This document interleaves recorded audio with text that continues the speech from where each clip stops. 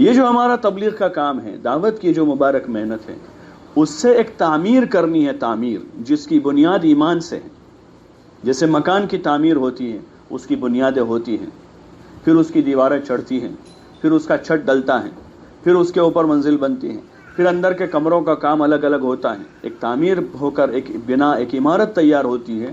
ایسے دعوت کے اس مبارک عمل سے ایمان کی بنیادوں پر پورے دین کو تعمیر کرنا ہے، پورے دین کو تعمیر کرنا ہے. لیکن بنیادیں نہیں ہوگی تو تعمیر مشکل ہے. اس لیے ایمان پہلی ہے، پھر نماز و عبادات ہیں، پھر نماز و عبادات ہیں. لیکن اس کے ساتھ ساتھ حضور والی پوری زندگی مطلوب ہے اس محنت سے. اس لیے حکایت صحابہ کو ہم دیکھتے ہیں کہ صحابہ کے، صحابیات کے، نماز کے، ان کے صبر و شکر کے، ان کے زہد و جہد کے، ان کی قربانیوں کے، ان کے اللہ کے راستے میں انفاق کے، اور ان کی معاشرت کے مختلف پہلوؤں کو الگ الگ اعتبار سے کھولا ہے. اور اسی لیے اس کو کہا گیا کہ مسجدوں میں بھی اس کو پڑھا جاوے اور مسلمان کے ہر گھر میں فضائل کی ان کتابوں کو پڑھا جاوے، تاکہ مسلمانوں کے بچوں میں، مسلمانوں کی عورتوں میں اور نوجوان بچیوں میں سب میں وہ جذبات پیدا ہو جو جذبات حضور صلی اللہ علیہ وسلم کے ازواج اور آپ کی بنات طیبات رضوان اللہ تعالی علیہن اجمعین کے اندر تھے. وہ جذبات پیدا ہو، عورتوں کے وہ جذبات بنے جو ام سلمہ کا جذبہ تھا کہ اسلام کے خاطر اپنا بچہ چھوڑنا پڑا تو بچہ کتنی محبت ہوتی، اپنی چھوٹی سی اولاد ہے، چھوٹا سا بچہ ہے، کتنی محبت ہوتی.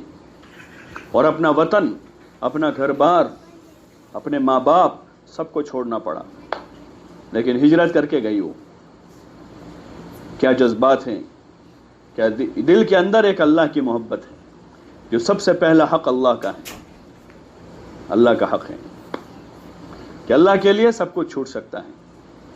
اولاد چھوٹ سکتی ہے، ماں باپ چھوٹ سکتے ہیں. آج دنیا میں لوگ چھوڑ رہے ہیں، ایسی بات نہیں ہے. تعلیم کے لیے بچوں کو بھیجا ہوا ہے دنیا کے ملکوں میں، 10 سال کے بچوں کو، 10 سال کا بچہ اس کو پڑھنے کے لیے بھیجا ہے، کسی اچھی اسکول میں، کسی ملک میں بھیجا ہوا ہے. ہاں، بیویوں نے اپنے شوہروں کو چھوڑا ہے.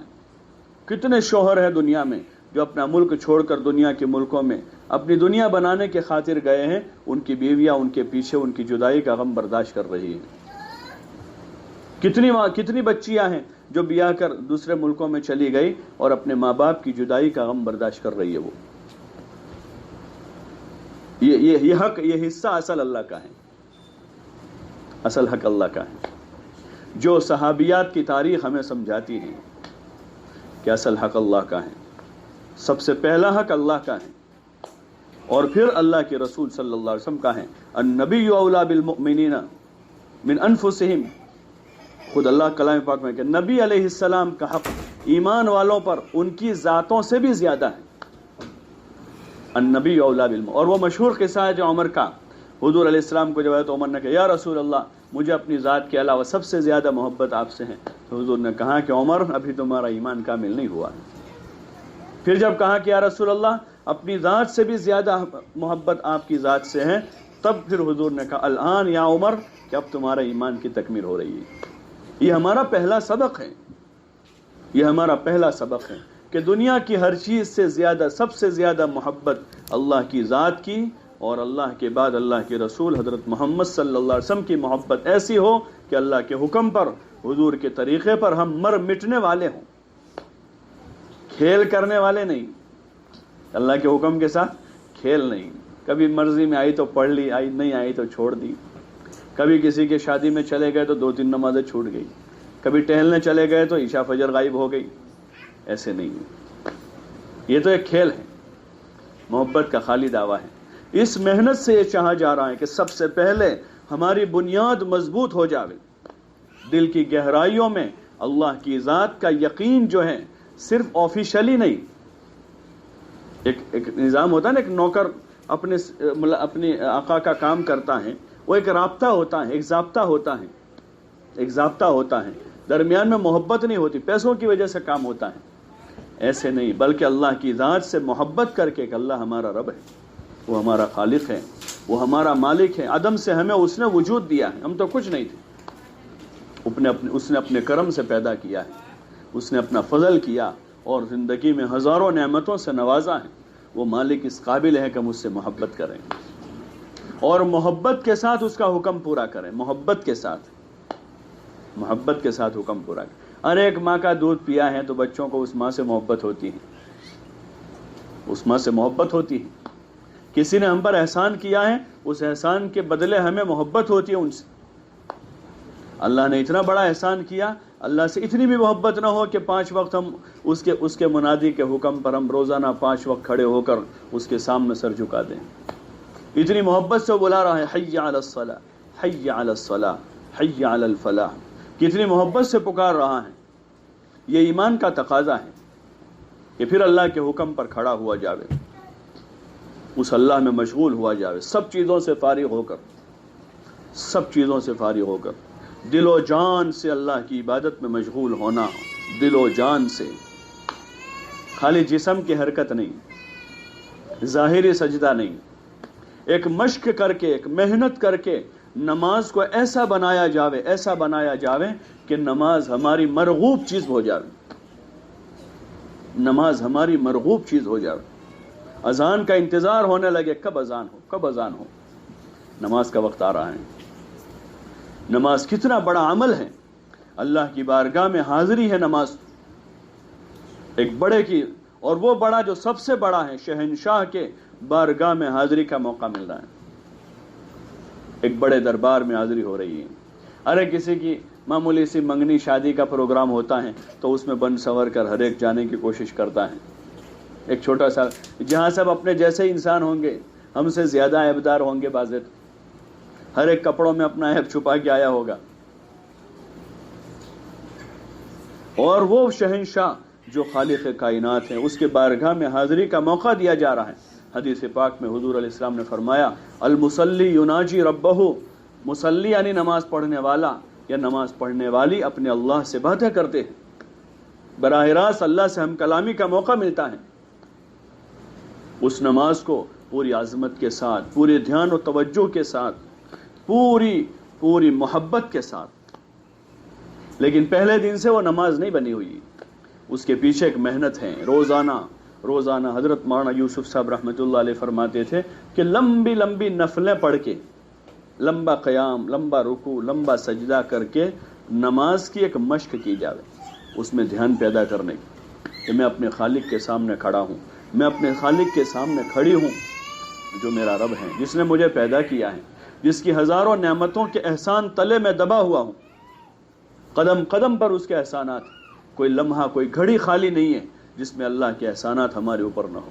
خود وہ کہہ رہا، ان تعدوا نعمت اللہ لا تحصوها ان الانسان لظلوم کفار، کہ اگر تم اللہ کی ایک نعمت کو شمار کرنا چاہو، شمار نہیں کر سکتے. لیکن انسان بڑا ظالم اور بڑا ناشکرا ہے. یہ مطلق انسان کے بارے میں کہا، ان الانسان، ایمان والے کو نہیں کہا، وہ ایسا نہیں ہوتا. ایمان والا تو شکر گزار ہوتا ہے. اللہ نے کہا ان الانسان لظلوم کفار، کہ انسان ایسا ہے. لیکن اس میں ایمان والے وہ ظالم اور ناشکرے نہیں ہوتے. ایمان والے تو شکر گزار ہوتے ہیں. حضور صلی اللہ علیہ وسلم لمبی نماز پڑھتے تھے، پیروں پر ورم آ جاتا تھا. حضرت عائشہ رضی اللہ عنہا نے کہا، یا رسول اللہ، سورہ فتح میں اللہ تعالیٰ نے آپ کے اگلے پچھلے سارے خطاؤں کو بخش دیا، پھر بھی آپ اتنی مشقت اٹھاتے ہو. تو حضور نے فرمایا، افلا اکون عبدا شکورا، کیا میں اپنے رب کا شکر گزار بندہ نہ بنوں کہ اس نے مجھ پر اتنی نعمت کی ہے تو میں اس رب کے سامنے اپنے آپ کو نہ تھکاؤں. زندگی اسی لیے ہے، زندگی کا مقصد عبادت ہے. نمازوں کو بنانے کی کوشش کرنی ہے اور نماز کو جاندار بنا کر اطمینان کے ساتھ اچھا وقت اس میں خرچ کرنا ہے. وقت ہے اس کے لیے. ہمارا حال یہ ہے کہ عبادت ساری جلدی کر دیتے، عبادت ساری جلدی، تلاوت بھی ہے تو جلدی پارا پورا کرو، جلدی سے جلدی پورا کرو. نماز ہے تو جلدی 5-7 منٹ میں 10 منٹ میں 4 رکعت پوری ہو گئی، جلدی پورا کرو. اور کھانے کے لیے جو ضرورت ہے، چلتے پھرتے کھانا تھا. حضرت عائشہ فرما رہے کہ حضور صلی اللہ علیہ وسلم نے زندگی پر کبھی 2 وقت جو کی روٹی پیٹ بھر کے نہیں کھائی. کبھی صبح کھا لیا، شام کو نہیں کھایا.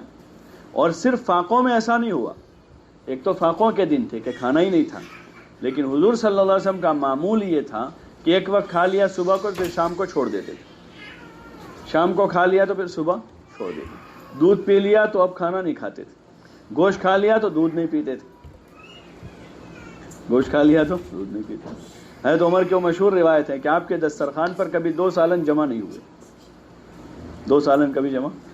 ایک مرتبہ حضرت عمر رضی اللہ عنہ، حضرت عبداللہ ابن عمر جو ان کے بیٹے بہت مشہور صحابی ہیں، عبداللہ ابن عمر رضی اللہ، ان کے گھر مہمان گئے تو عبداللہ ابن عمر کو پتا تھا کہ ابا آ رہے ہیں، تو بازار سے گوشت خریدنے کے لیے کہ اچھا گوشت پکاویں، تو گوشت اچھا والا نہیں تھا، تھوڑا گھٹیا گوشت تھا، تو عبداللہ ابن عمر نے 2 درہم لے کر گئے تھے گوشت لینے، 1 درہم کا گوشت لے لیا، 1 درہم کا گھی لے لیا کہ وہ جو گوشت کی کمزوری ہے گھی سے چھپ جائے گی اور لذیذ ہو جائے گا وہ، اور پکایا اس کو گھی ڈال کر، اور جب دسترخوان پر رکھا ہے تو عمر رضی اللہ عنہ کے سامنے اور دیکھا کہ گھی اور گوشت دونوں جمع ہیں، حضرت عمر نے کھانا نہیں کھایا، عمر رضی اللہ عنہ کے سامنے اور دیکھا کہ گھی اور گوشت دونوں جمع ہیں، حضرت عمر نے کھانا نہیں کھایا۔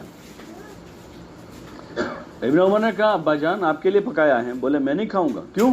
بولے تم نے 2 سالن جمع کر دیے ہیں، 2 سالن جمع کر دیے۔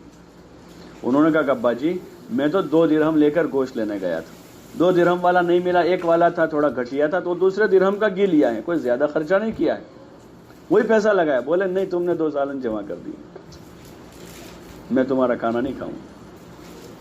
تو ضرورتیں اتنی آسانی سے پوری کر لیتے تھے، لیکن عبادتوں میں دیکھیں ایک سے بڑھ کر ایک، ان کے دن کے اعمال، ان کے راتوں کے اعمال، رات کی عبادت، تہجد، نفل اور دعائیں اور قرآن کی تلاوت اور اللہ کے سامنے رونا دھونا، اور دن میں محنت، مشقت، کھانوں پینوں کے پیچھے اور اپنی ضروریات کے پیچھے انہوں نے زندگیوں کو برباد نہیں کیا۔ سب سے بڑا بے وقوف ہے، حدیث میں حضور علیہ السلام فرما رہے ہیں العاجز من اتبع نفسہ ہواہا، من اتبع نفسہ ہواہا، کہ سب سے بڑا بے وقوف وہ ہے جو اپنی جی کی چاہتوں کے پیچھے زندگی پوری کر دے اور اللہ سے اچھی امید، وتمنى علی اللہ الامانی، اور اللہ سے پھر اچھی امید رکھے۔ اس دعوت کے مبارک عمل سے یہی چاہا جا رہا ہے کہ حضور علیہ الصلوۃ والسلام، ازواج مطہرات، بنات طیبات و طاہرات اور حضرات صحابیات رضوان اللہ تعالی علیہم اجمعین والی وہ مبارک زندگی